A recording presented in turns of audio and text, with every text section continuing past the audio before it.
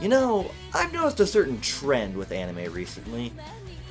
Over the past several years, except for Attack on Titan, some of the most popular anime has been based off the concept of being trapped inside of a game. And the characters in this show to try to get back to the world that they're from. Today's anime is kinda like that, but it asks the question of why anyone would want to leave that world. Hello, my name is Shadow, and I will be your guide through today's review. This week on Raving About Nonsense, No Game, No Life. This is usually where I'd hold up a piece of merchandise of the show, but I don't have any of No Game, No Life, but rest assured, the second that I get some, it'll be on the shelf.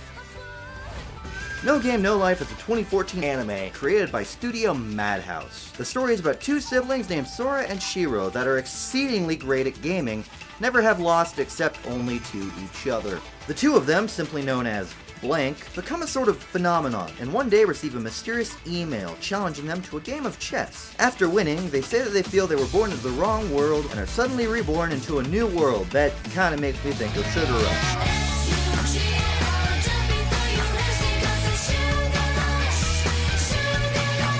In this world, war, murder, and robbery is forbidden, and all problems are solved, instead of with war and violence, with games. It makes me laugh a little bit because when I first heard this rule, I got this image in my head of these big, brawny, military-looking men marching off to go meet their enemy, going up to them and going, "Alright men, this is what we've been training for. Line up them X's and O's till they cry!" One thing that is important to note about this show is that the main characters in the show always win, and you know they're going to. The fun is in how they win. My only real complaint is about the underage fan service of Shiro, who is 11 years old. Something else this show surprisingly knows how to do is to develop its characters, which is kind of a lost art over the past several years. Speaking of, we should probably talk about these characters. Let's start with Sora, a seemingly master strategist with a flair for the dramatic, but he is not without his softer and even stupid moments. Usually with his sister Shiro, a child genius and resident pedo bait. The two have a rather clingy relationship, going into a panic if they're even in different rooms from each other. There are other characters along the way, but the only one to really get any screen time is a girl named Steph, who, despite being rather intelligent, is quite naive and unable to hide her emotions very well. Sadly, she's portrayed as more of an idiot than naive. However, this is mostly for comedic effect, and I understand why they did it. Now you may be asking yourself, what will Sora and Shiro do? That sounds like a game show. I guess it kind of is. Yeah. But what will they do about being trapped in this new world of theirs? I mean, Sword Art Online has taught us that we're supposed to try to get back out of that world because obviously we prefer the real world we came from, right? Nope, not these characters. In fact, they flat out say they don't understand why someone would try to do that. And that's one of the things that makes the show really good. It satirizes so many shows and games, it's really ridiculous.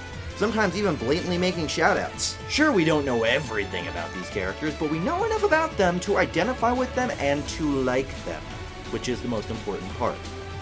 Now, granted, there are still some incestuous tones, but those are usually played as comedy and spoilers. The bond between Sora and Shiro feels truly genuine, and though it's rather clingy, it's usually quite adorable. And the dynamic between the other characters is really amazing as well, each character usually having two sides to them. The animation in this show, as I said, was done by Studio Madhouse, and it is fantastic. Using bright colors to show how, well, bright the world the characters live in really is, while using darker colors in moments which added a great effect to the scenes. With all the dark and sometimes even gritty shows we've had recently, it's a nice change of pace to have something so colorful. There are very few moments in this show that the animation failed to blow me away, though at times it got a bit hard to see what was happening. Just one real complaint though. What color is Sora's hair? Seriously, sometimes it's red, other times it's blue, then it's purple. Dude, you're not a teen girl, pick a color and stick with it. Actually, the lack of knowledge of what your hair color is makes it easier to cosplay you, so never mind. Keep at it, mystery hair color man. Really though, the animation is truly something beautiful. As of right now, there is no dub to speak of, so I'll just say that the Japanese voice actors did a great job. The highlight of the soundtrack was undoubtedly the series opening simply titled This Game, which was great and has not yet left my head since finishing the show a month ago. The rest of the soundtrack does a great job of matching the tone and pace of the series, matching beautifully to the surroundings of the world that they are in, even if I can't actually see myself listening to it on its own that much. There's really not much to say about this other than the fact that the music was good. So what did I think of No Game No Life? I was pleasantly surprised by this show. Honestly, I went into it expecting almost nothing, but it just had this sort of charm to it that grabbed me and drew me in until the very end. If I was to say one bad thing about the show, it would probably be the fan service, as it was completely unnecessary, especially on Shiro. She's 11, guys. But in the end, I really did enjoy the show. Is it a masterpiece? No. But it was enjoyable. No Game No Life received an overall rating of 7.6 out of 10, and I give it the Shadow Review seal of awesome. This means that you should watch this show. Though, if you don't, I feel you're missing out on something. But if you don't want to, you don't really have to. The series could have been better, but I still think it deserves this seal. Though, just barely.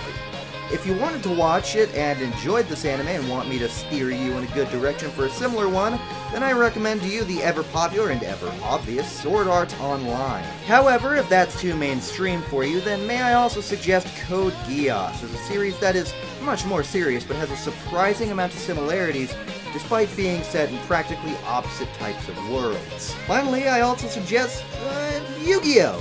Yeah, sure, why not? It's a game and it's a show that's referenced in this one. So, yeah. That's all for now. If you enjoyed this video, then please go down below, leave a like and a comment, and while you're down there, hit that subscribe button too. Please. And if you didn't enjoy this video, then go out and smash some watermelons. That's fun. Right? If you would like to follow me through my everyday life and try to plot out your every move so that you can defeat me in a game of rock, paper, scissors, the links to my Facebook and my Twitter are in the description box below. That's all for now, so thank you for watching. Shadow, out.